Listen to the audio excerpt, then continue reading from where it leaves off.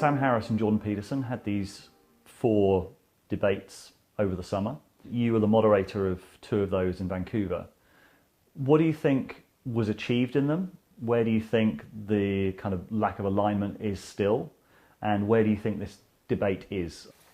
I think a lot was accomplished in Vancouver, and I'm less intimately familiar with what took place in London and Dublin. But in Vancouver, we started out with 2 people who did not really know how much to trust each other. And although they didn't arrive in the same place, I believe they did come to a mutual respect and even affection for each other that, as far as I know, persists to this day.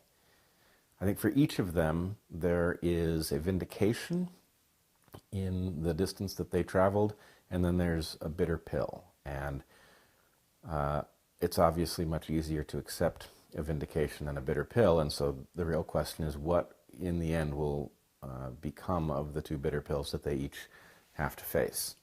In Sam's case, the vindication is that, in fact, the universe does not need some divine entity to explain any of the phenomena that we see. On the other hand, the dismissal of people's religious beliefs as being misinformed or as a misunderstanding of the universe is obviously not entirely satisfactory. These belief systems do appear to be the product of forces that have shaped them for a purpose, essentially to benefit the people who hold these beliefs. So Sam is grappling with the implications of that. In effect, it is a challenge to a simple new atheist perspective.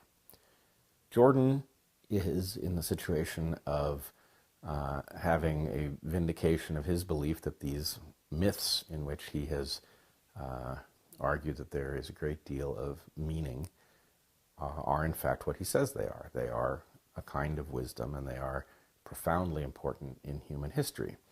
For him, the bitter pill is that they are not timeless. There is no magic formula that would imbue them with the ability to tell us what we should do in novel circumstances.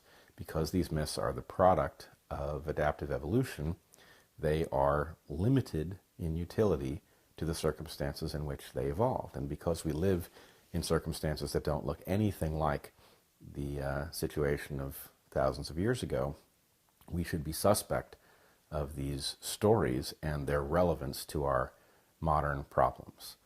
So I think this has yet to play out, and it will be interesting to see where Jordan and Sam end up wrestling with these things going forward.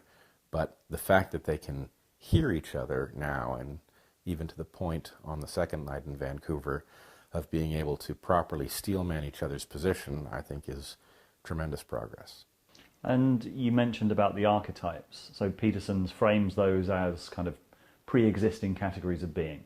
And you're saying that they cannot possibly be pre-existing categories of being. Well, they can be to an extent, but there is a shorthand that we use when we teach evolution. And what we say is that evolution adapts creatures to their environment. That is not what it does. Evolution adapts creatures to the environments of their ancestors. And the reason it looks like it adapts creatures to their environment is the environment of one's ancestor tends to look like the environment that you find yourself in. But there are lots of places in evolutionary history where that's not true, where a creature disperses over a divide or where something changes so that whatever was true for the ancestor is not true for the descendant. We, modern humans, are in this circumstance in a way that is arguably unprecedented. Technology has rendered the entire landscape novel, and so it is not that there will be no element in all of the mythology that carries over to this day, but overwhelmingly there will be a mismatch between those myths and our modern circumstances. So from the perspective of should we treat them as God-given and learn from them, no. If ever there was a time not to do that, this is that time. It's interesting you're talking about archetypes, because I think quite a lot of people have a sense that there's something about Jordan Peterson that's backward looking, even though the details of when they question that, when he's kind of described as the custodian of the patriarchy or whatever, the detail of that is usually a misrepresentation. but that there is at least an aspect of him that's backward facing in terms of trying to recover old archetypes rather than say we could use these to create new ways of looking at the world?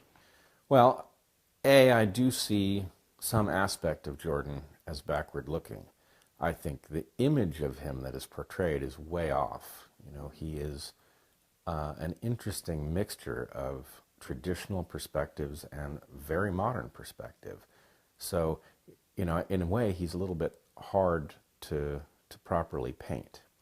There's also, I would argue, a real value in an authoritative voice putting the brakes on the embrace of everything new. It's not to say that I think we can live in the world that I think Jordan probably expects would be best for us. I think that's an untenable solution to our problems. However, I also think a headlong rush into everything shiny and new is a mistake. And so, in a way, Jordan has carved out the role of orthodoxy, and to the extent that he now comes to a perspective that recognizes the limits of the inherited wisdom and says, well, we need to cautiously look forward and figure out what we're going to do now that we know that our myths are very, very noisy relative to our circumstances. If he does that, people will hear it in a way that they can't hear it from somebody who's so enthusiastic about what's novel that they erode their own credibility. I think Peterson is restoring a burden of proof that is correct. The burden of proof says, do not change that which works unless you have a very good reason. The architecture we've been handed is less and less functional, so there's more and more reason to face the hazard of change because we simply can't stick with what we've got. But it is important to have a force pulling in the direction of not throwing out functional architecture, so that when you do throw it out, you know why, and you are sober about the costs you're going to pay for starting with a blank sheet of paper. And I mean, it's been said before that evolution is essentially conservative, that it conserves, it builds on what's gone before. And Jordan Peterson uses evolution quite a lot in his construction of his arguments. As an evolutionary biologist, what do you make of that? Does he do it well? He does it extremely well for a psychologist. And I will say, as much as I would love to see a landscape populated by people who think about human evolution, who outshine him by virtue of the amount of time they spend on the question, I don't see many of those. He's quite good at it. But there is a place where his argument runs out of steam and he continues to go with it. There's a place in which he wants to find a timelessness and maybe a particular priority for certain myths over alternative myths that is not justified by evolutionary logic. Evolutionary logic says essentially the longer a particular piece of wisdom has stood, the more likely it is to remain relevant into the future. But we're still stuck with myths that come to us from several thousand years back, and the world of several thousand years ago is one that not only is dissimilar from our world, but in many ways is opposite. The ability of human beings, for example, to damage their world through technology, it existed several thousand years in the past, but it was nothing compared to our current ability to destroy the world out from under us using technologies that even place the destruction at a remove, so we're not even aware it's taking place. And you mentioned before about Sam Harris and new atheism. Do you think that's an even more bitter pill to swallow? I think the problem for new atheism is perhaps more difficult because the people who have been most enthusiastic about new atheism have been very public about their beliefs, and their beliefs distill down to something very simple, which turns out to be incomplete. There is no God in the sky who cares about human affairs and is meddling in them. That much is true. But the fact that believers are not delusional that's a rather large correction for one's worldview. So I think there is a way in which, having been very public about a very simple story, the transition to a more nuanced story is difficult. And you're saying very confidently that it's not delusional. What do you base that on? The fact that were belief in deities and the supernatural maladaptive, because these things are held culturally, it would be very easy to take the software program that runs in the heads of a particular population and edit out that fraction which was simply wrong. In fact, there's always disagreement within any religious tradition about which portions of the sacred to esteem and which portions to downregulate. That is the fodder for selection to function. That means that anything that we see persistently being passed on generation after generation must be paying its cost and then some. And because it's paying its cost and then some, regarding it as an error is just simply a mistake. So this is the very same kind of logic that Darwin used for physiological traits. He was sent an orchid from Madagascar that had a very long nectar tube and reasoned that there must be a moth out there with a tongue that long, or else it would not make sense for the flower to have invested in this structure. After his death, the moth became known to Western science. My point is that logic simply extends into the cultural realm, and it very clearly applies to extremely expensive sets of beliefs that come along with the major religions of the world. We know they pay their freight, because if they didn't, it's all too easy to edit out the part that's just baggage. And where do you think this conversation goes now? Do you think there's any sense in another debate between Jordan and Sam, or do you think they've concluded it?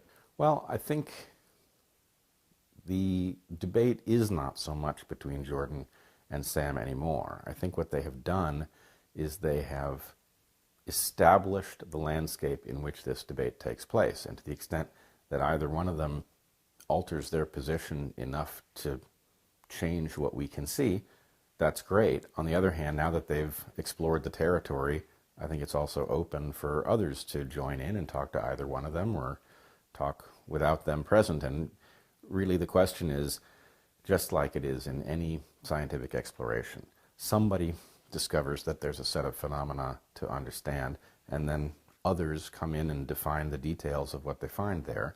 That's quite natural. So if they're enthusiastic about having more discussions, I'd love to see them, but even if they weren't, I don't think, it means that things have stalled out. It just means we've been shown where the discussion is, and now it's time to have it. Where would you place yourself between Jordan and Sam? Well, I actually had a discussion with Sam about this very thing, and I think he said it was clear to him, in the same way it is clear to me, that I was actually dead center between them in perspective. Which it's just luck that that's the case, because my position arose before I had any idea what their positions were.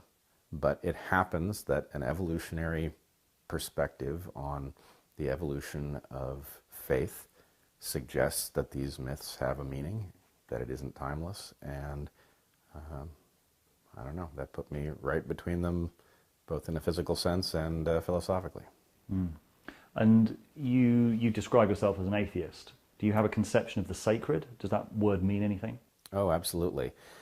I do find sometimes one has to redefine words in order to get the value out of them, and I've probably redefined sacred a bit. I don't call myself an atheist. I think almost anybody who tried to evaluate my belief system would probably come to the conclusion that that's what I am, but I've actually been made so uncomfortable by the simplicity of new atheism that my feeling is I can't even afford that saying atheist is now taking sides in a debate where I'm not on one of these sides. I would like to be completely hard-headed about what is true in the universe, but I do not want to back people into a corner whose beliefs arise through an evolutionary process. So I hope one day that this particular discussion has had the stigma taken out of it, so that it is comfortable to embrace atheism as no more than a description of what is true about phenomena in the universe, that it doesn't carry an ideological component. But as long as it carries an ideological component, I'm cautious about saying that about myself. So, I mean, that's why you chose the word sacred, because for a new atheist that word would be meaningless. So if it's not meaningless for you, what does it mean and why? Well, I see a spectrum that runs from what I call the sacred to what I call the shamanistic. And really this is a spectrum of caution, or would-be caution, about change. There are some things that are so essential to basic function that you upend them as a last resort. And there are other things that you upend either because they don't have profound implications or because they simply don't function as they are and you must change them. So my sense is that we have a kind of distinction between the sorts of matters that we hand over to a priestly class, the sacred, these are things you don't upend willy-nilly, and the shamanistic stuff, which is open to interpretation, it is open to, to hunches, to following a thread and seeing where it leads. So the sacred is simply that stuff which is so fundamental to function that one ought not tinker casually. Mm. And the shamanistic? The shamanistic is that which is up for tinkering, either because the implications aren't profound or because the implications are profound and what you've been handed is no longer functional. Brett, thank you very much. You're very welcome.